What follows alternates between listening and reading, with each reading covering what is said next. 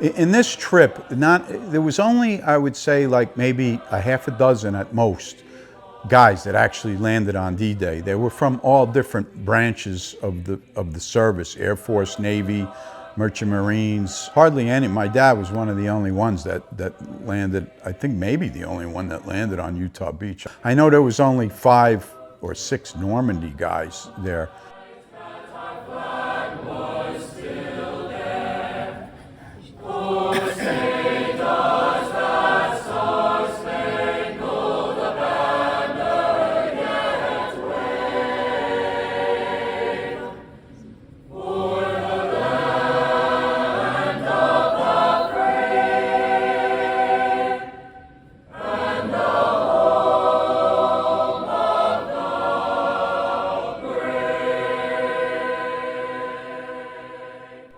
Periodically, there's a kind of a resurgence in people wanting to know about that war. It was quite a war. It was very significant, and I hate to think what would have happened if we lost it. There, together? Yeah, I want to get you in there. Smile. What about the cadet that was assigned to you? I wanted to take her home, but her parents wouldn't. She came to the bus, and he's like, "Come on, you go in the bus with us." And the people say, "No, she can't go on the bus." He's like, "Why not?" Don't you know, you never can win? Hey, Bud, what's up? At the gala, we met a guy who he was, I think, of the 28th Infantry Division. This guy, Bud, he saw combat. Don't sit under the apple tree, anyone else but me, anyone else but me. Yeah, I didn't wash my face for days.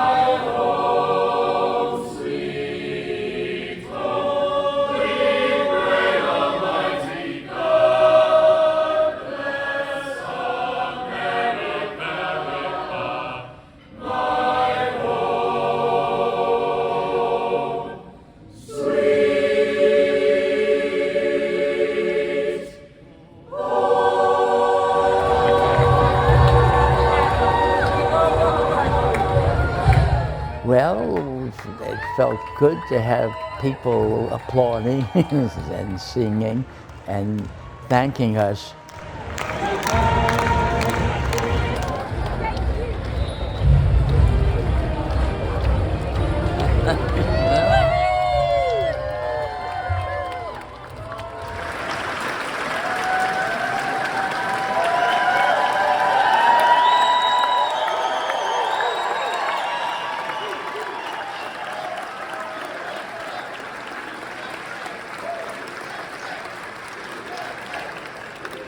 Ladies and gentlemen, welcome to WWII, the headquarters of American Airlines. It's an honor to be here today, to be among so many amazing American heroes as you embark on your journey to Normandy for the 80th anniversary of D-Day, the invasion that turned the tide in World War II and was the beginning of the end of the Nazi war machine.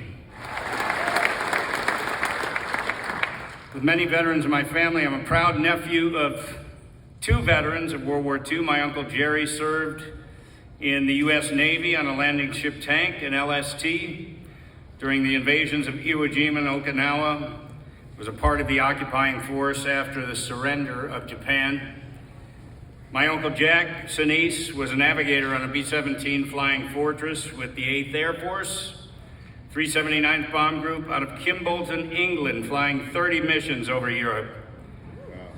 After my relationship with the National World War II Museum began in 2009, and upon his passing in 2014, it was Uncle Jack who was the inspiration for me to begin my foundation's Soaring Valor program in partnership with the National World War II Museum and the great American Airlines.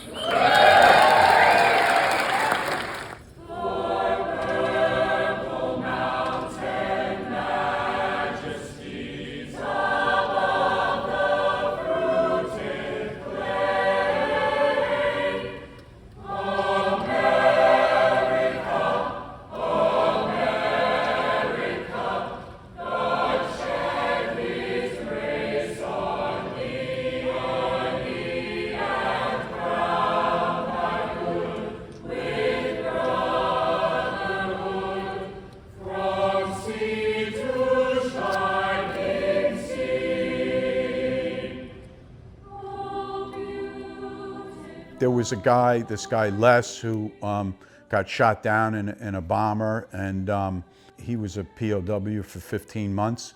And when I got on the plane to go to Paris, I was sitting next to a woman who says to me, "I'm sorry, but I'm really sick. I'm gonna throw up." So she ended up going to the bathroom. She said she had already gotten sick a lot of times, and I was like, oh my God. I called the doctor, he gave her a pill, and she was okay. She went to sleep. And then when she woke up, she was okay. And it turned out she was the guardian for this guy, Les, who was a POW for 15 months. So she was telling me the whole story. She was a 20-year veteran. Some of the guardians there were not relatives, they were volunteers, which is really quite fascinating because they had to share a room together. And she was joking with me, telling me, you know, I'm not sleeping with you, you know, like guys like 102 or whatever, you know, like.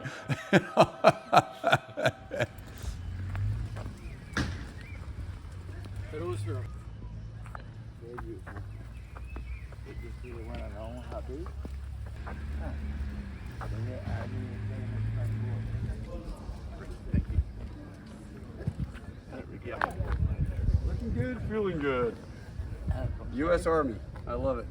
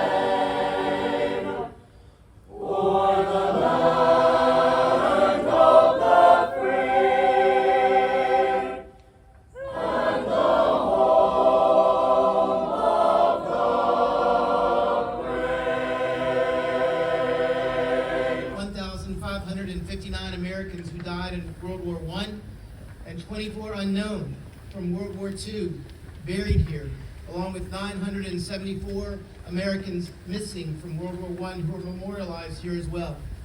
As you look out upon these rolling hills and the rows of picturesque headstones, I encourage you to always remember this. No plot here at the Suresnes American Cemetery can ever be purchased. Each must be earned.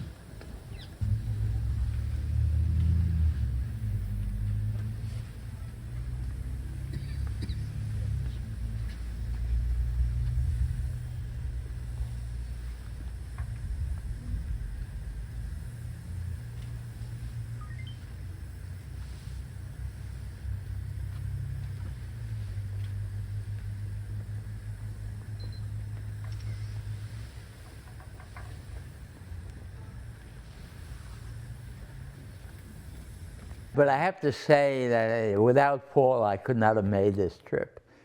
He was terrific. He pushed me around and got me going, got me up in the morning when I would not have gotten up without encouragement. It had a lot of meaning to me. It sort of made me feel that I was part of something and helped out in some way.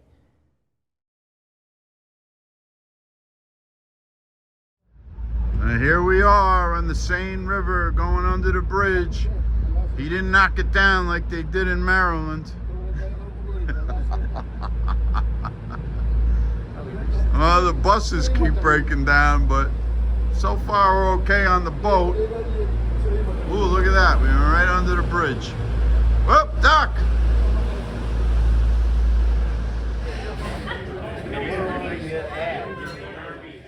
Paris was great. I mean, you know, it was kind of like we toured the city. We had a boat ride down the Seine River, which was really nice.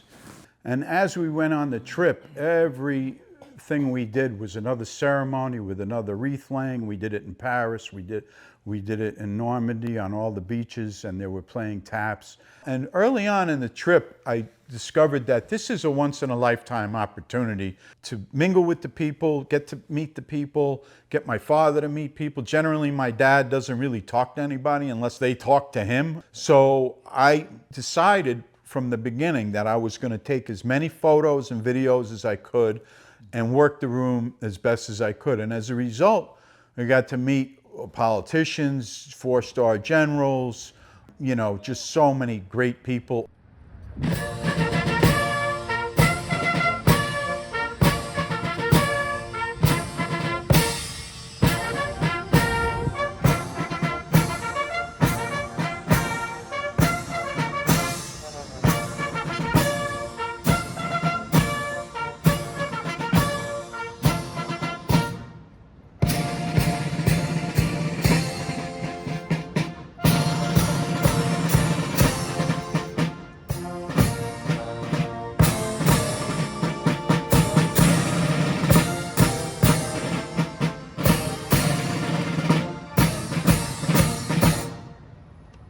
Well, as you know, I had written a book about some of my experiences, and I did that 20 years ago.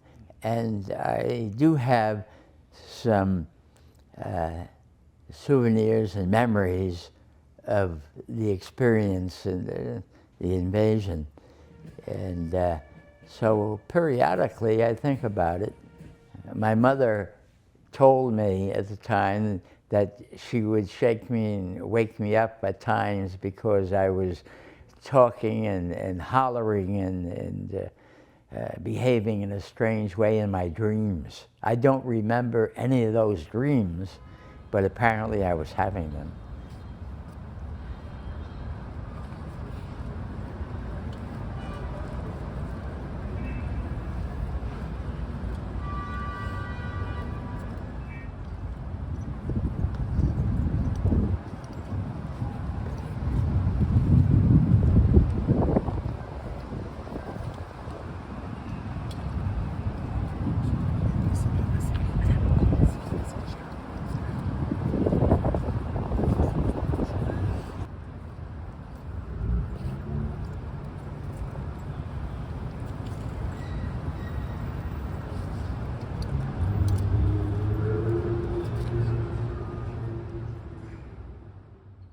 I mean, they ran us a little ragged, you know. They had us up at 6 in the morning on the bus by 7, and we didn't get back to the rooms till 9 at night. So I don't know if they actually thought about the age of the people there.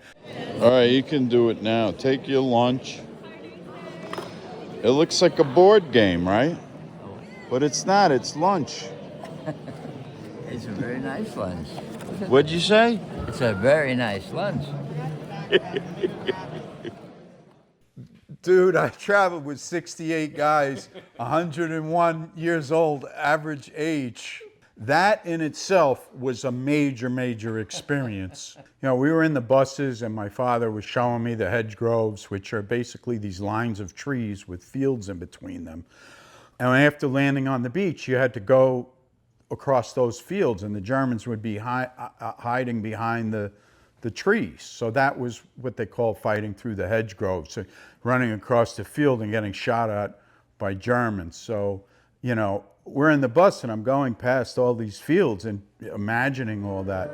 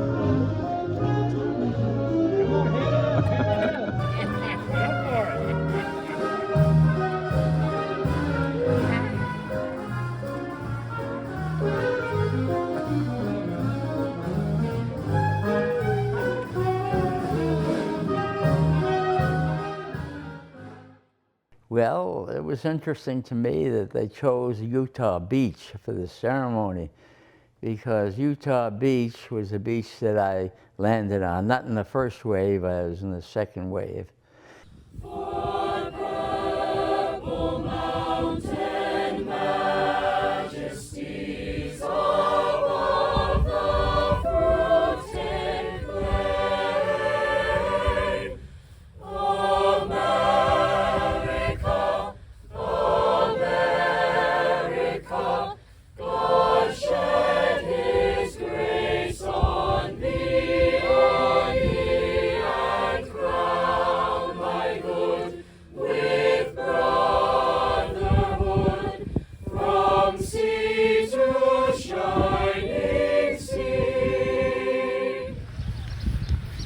You know, as the president of the Medal of Honor Society, I just want to say, hey, this is a bit of an uncomfortable place to be up here on the stage, addressing all of you. And I just wanted to tell you, you know, we like to take the attention off ourselves and put it on others. And today, I want to tell you all the things that all the recipients have done. We couldn't have done it without you setting the examples for us. You led the way, and you continue to lead the way for those that follow. You truly were that gift to the future. You stood up and you said, hey, not on my watch. I will no longer accept tyranny, and we will go to make a better life for people we don't even know and give up all our tomorrows for it. It is you, our sacred teammates, that were the thread that held it all together when the winds of change and adversity and tyranny were trying to tear it all apart. We must ever remain vigilant and stand fast by the example that you have given so freely for all of our tomorrows. So it is indeed a privilege to be here with all of you today, and we will forever be grateful and remember the example you set for all of us. Thank you all, and I'm looking forward to hitting the beach with you here in a few minutes. What does it mean for you to be back here today, Martin? It's very exciting to be back after all these years. Yeah? Yeah. It also mixed feelings about being here. Yeah? Yeah, it was not a pleasant experience. Yeah. But it's amazing to see what they've done to this place. Yeah. Made it a part of our history. Really. Good morning. It was interesting to me. It was, I expected it to be a lot more emotional than it was. I mean, when on the beach and looked out to the ocean, it was just, I didn't feel very much in connection with the invasion. And then I sort of thought that I was looking the wrong way, because when we invaded, we weren't looking at the ocean. We were looking at the beach and what was beyond the beach. But the thing that was most effective and interesting to me was they had us lined up along the shore, along the beach shore, and gave each of us a rose.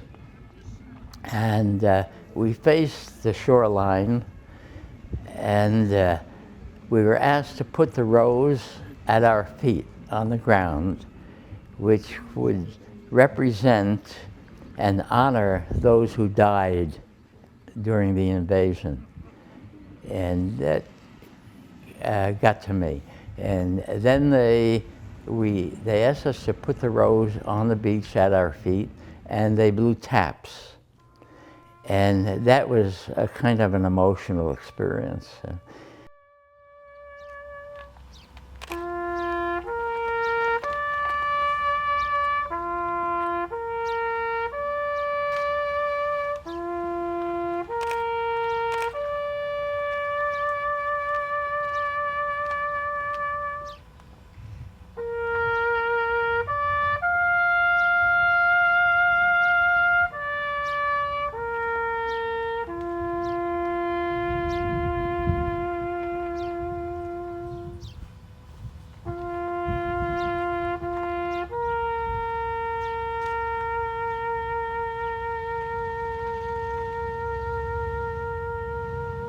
The roses that my father just described was the one on Utah Beach, and that was pretty emotional. It was, you know, a lot of it was honoring the fallen, the people who had not made it through that war.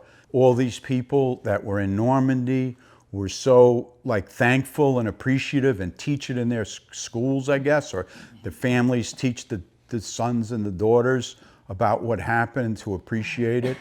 And so, you know, it was quite a moving experience for me. This trip, I have to tell you, is kind of life changing. It's very humbling.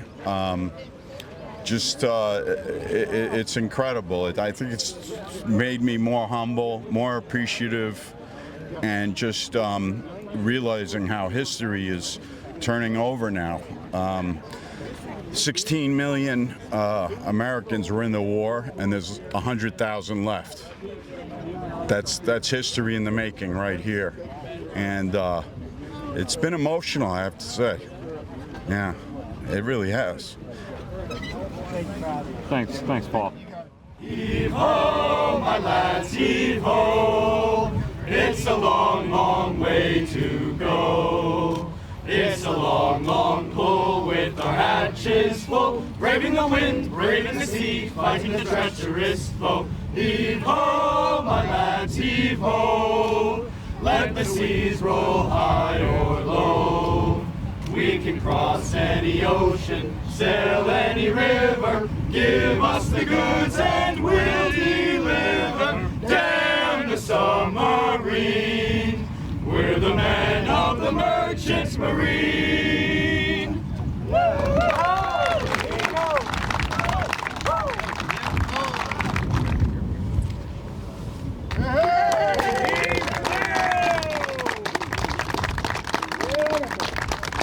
I happen to be 107 years old.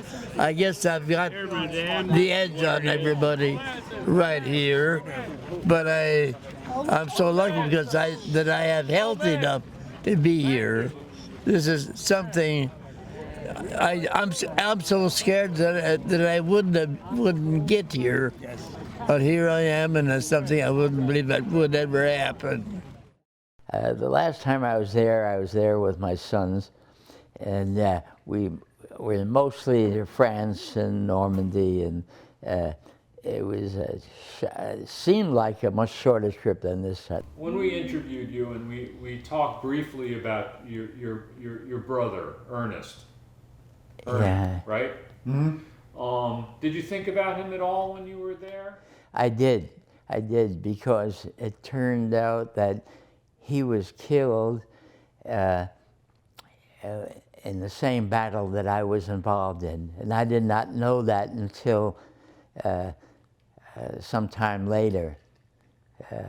As you know, I was wounded in the hospital, and it was I was in the hospital when the chaplain came and let me know that my brother had been killed. And he was killed in the Hürtgen Forest, and I was involved in that battle. So it was a big loss. Chaplain Stephen Bell, it is my honor to be here with you today.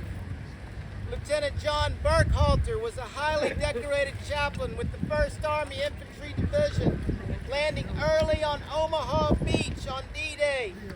He'd been ordained in 1935 and served as a pastor of a Florida church until he enlisted in the Army in 1942 at the age of 33 with the 1st Division.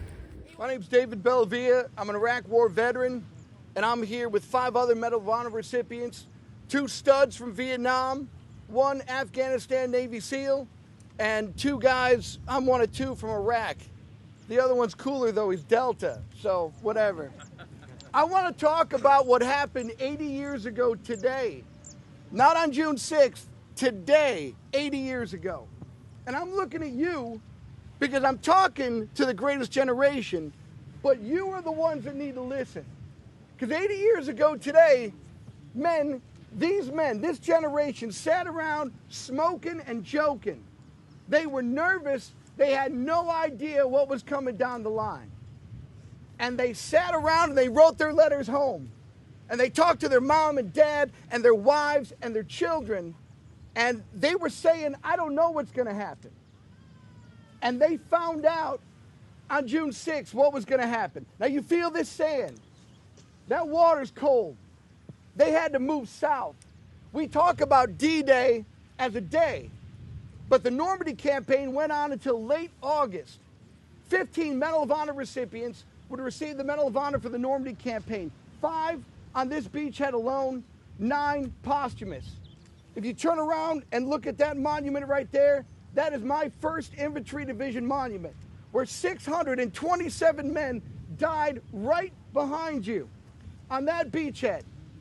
This soil is hallowed ground, and a promise was made on this soil. Now, we could thank you from the bottom of our hearts for allowing your children, my children, to live as free men and women, and we do. But the real thank you is what you're doing right now. You are going to live your life worthy of that sacrifice. Because as our World War II generation taught us, and the sons and daughters you raised in Vietnam and Korea and in Iraq and Afghanistan, this freedom of the good people of France, who will live and die as free people of France, are committed to going aggressively at those who threaten our way of life, who threaten our documents. That's the lesson you taught us. You raised us to be better. You raised us to be selfish. That's the lesson of Normandy Beach. We are Americans. We understand there is good and there is evil, and we will not go quietly into the night. 9,000 men are buried just south here in a cemetery. They put that lesson in their blood in this soil. This is hallowed ground. And when you walk that beach and you collect a sample, hold that up, because that is the reminder of what's at stake. That is what you are here in uniform to do. You are here to serve, protect, and defend, because these men put in our DNA the responsibility of what true North truly is. We stand tall, we face down danger, and we run forward to the tracer fire, because that's what Grandpa did and showed us on Normandy Beach. God bless you. Vive la France. God bless the free people of France, and God bless America, and God bless our men and women in uniform. Thank you. The guy with the blue. The guy with what? The guy with the blue jacket, blue sports Oh yeah, coat on. yeah, he's the Medal of Honor guy, yeah. I tell you. Oh, the speech he gave, unbelievable, and right? the words he put together, he is polished. He's a polished speaker. That's absolutely Very right. thoughtful. Good with words. I enjoyed them a lot. And the cadets, boy, and I know a lot of the cadets. I've been with them quite a bit lately. They're a good And bunch. they're a class act group. Wonderful cadets.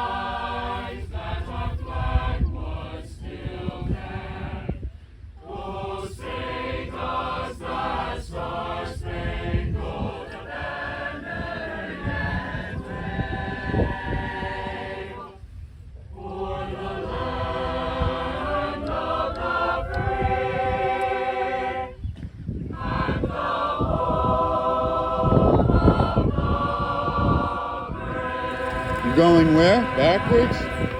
Oh, look, Dad, there you are with your favorite cadet again. Something like that. They sure do spend a lot of time together. Oh my goodness.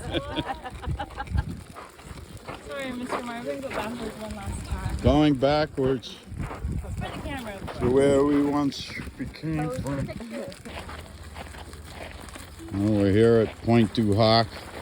This one girl I remember, she worked for the American Cemetery, and she came up to my dad and she said, he had his military hat on, which showed the division he was in, and she knew it, and she said, "You saved my town."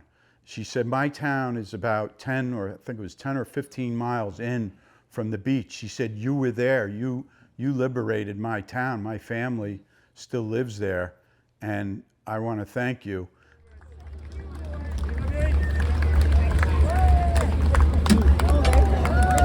Wow, look what's down there.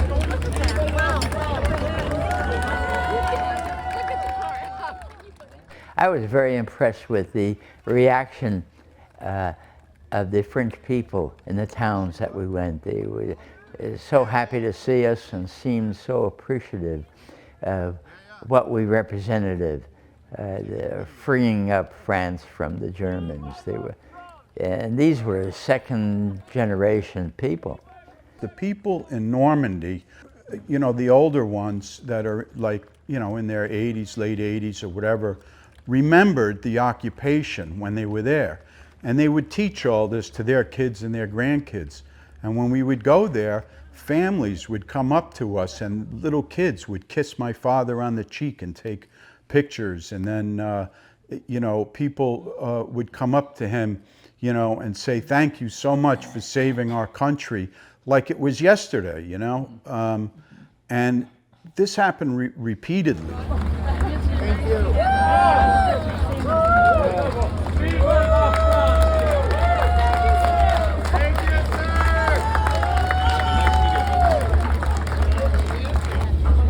Hey, Joan. Again? Video this time. Oh, video.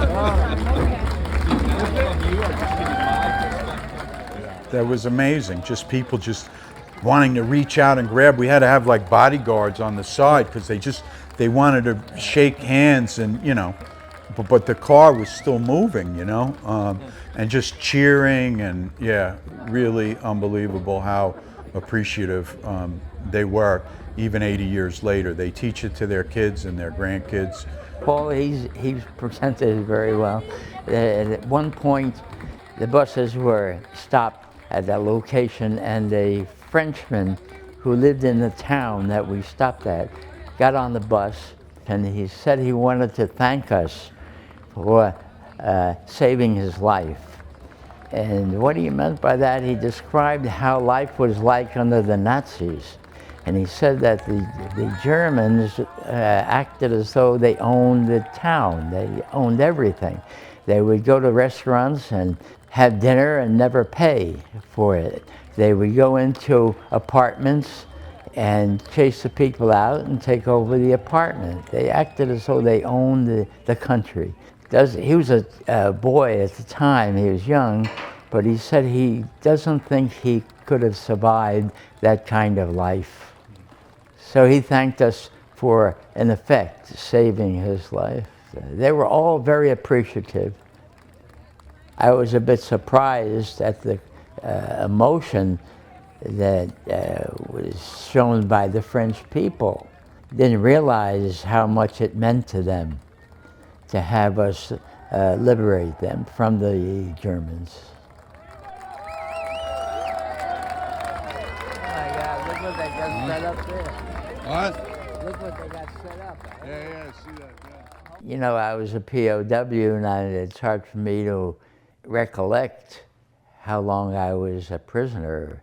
I think it was 3 months. Yes, yeah, that sounds about right, yeah. But long enough to living on a slice of bread and a watery bowl of soup a day. Yeah. A bowl of watery soup and 2 slices of bread a day. I weighed 80 pounds when I got away from the Germans at the time.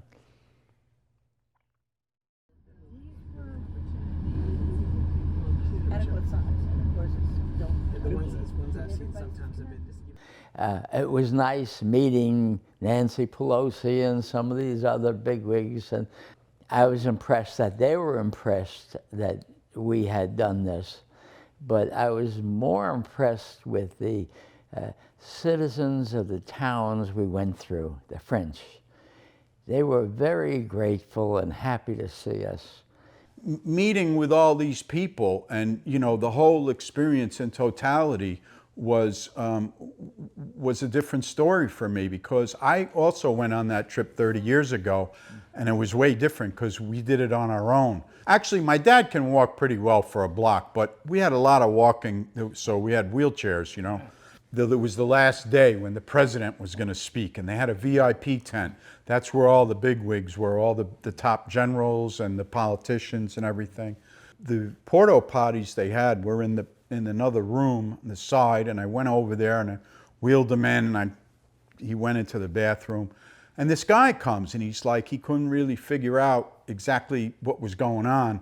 You know, I guess he was looking for a regular bathroom, and it was porta potty. So he's like, you know, do these work, you know, whatever? And I'm like, well, yeah, but, you know, you got to look for the green. If it's green, it's open, and if it's red, it's closed, and if it's in the middle, you're taking a chance, you know? So I said, but that one looks open, you could go in there. So he goes in, and then I'm thinking, I know this guy, I've seen him on TV. And then I remembered his name, it was Michael McCall, and it turns out he's chairman of the Foreign Relations Committee. I'd like to introduce you to my dad. He landed on, you know, Utah Beach, World War II. And then I said, do you mind if we take a picture? He says, no, I don't mind at all. But I couldn't really see anybody to take a picture, so I started doing a selfie.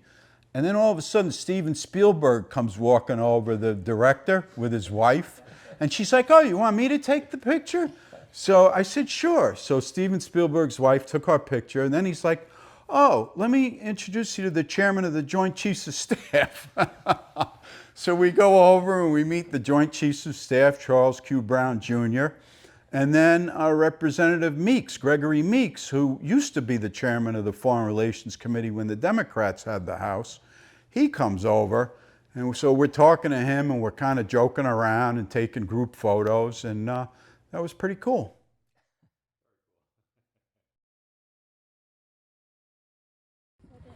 That is a Legionnaire. The Legion, the 12th. Do you know what I'm supposed to do? So he's going to be falling behind me, and then you will be there, but on the right. Mention it to whoever goes there. So if it's Bob, it's supposed to go to my friend right there.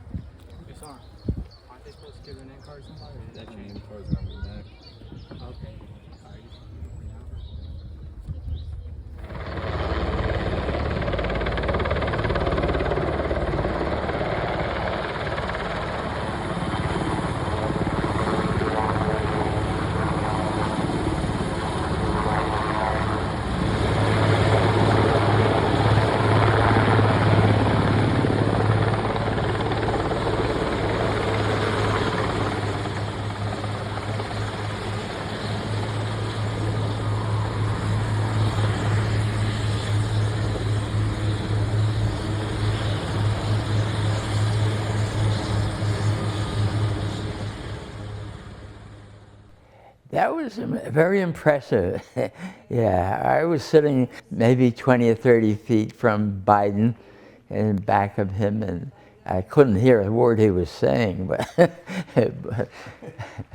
but I was there, and it was interesting to be that close and real time with the President of the United States. And on behalf of the American people, and as Commander-in-Chief, it's the highest honor to be able to salute you here in Normandy once more.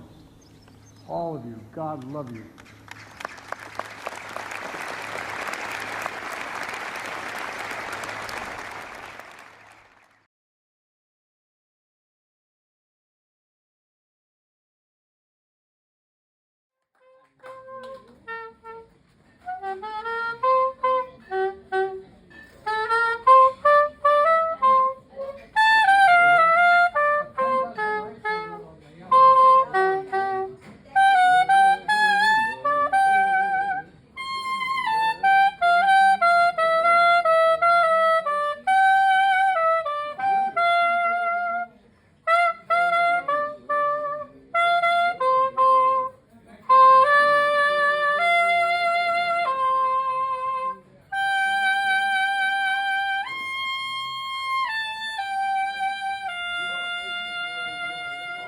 Good trip, guys? Are you happy you did Great the trip, great trip. Yeah. But all in all, I mean, it was really great. We saw a lot, we did a lot, we met a lot. I met a lot of great people, a lot of really wonderful volunteers. The whole medical team was all volunteer. There was like 12 of them.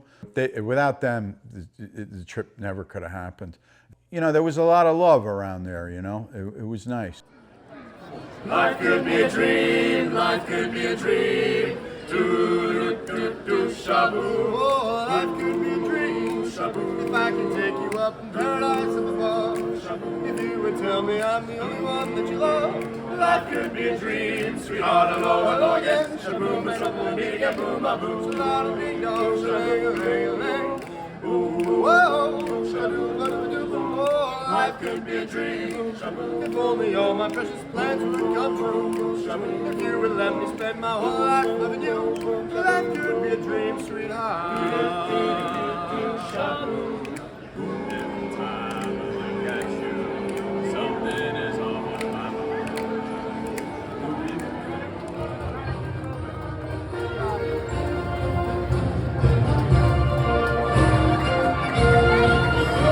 And they keep coming. We got 65 military veterans from World War II. We've got 2 rows in the Riveters. And we have Mr. Leon Melmed right here. Mr. Leon Melmed lost border friends. Sir, I have a great uncle that was there, but lost his life during the war. Yeah. Thank you. Yeah. Thank you very much. I had to come back and say hello to you. You are our greatest generation. very nice of you to say. Life could be a dream. Life could be a dream, sweetheart. Shaboom, shaboom. Life could be a dream. Shaboom, if I could take you up in paradise up above. Shaboom, and tell me, darling, I'm the only one that you love. Life could be a dream, sweetheart. Hello, hello, yeah. Shaboom, and something we're meeting at boom, boom, boom. Shaboom, shaboom, whoa. Shaboom, life could be a dream. Life could be a dream.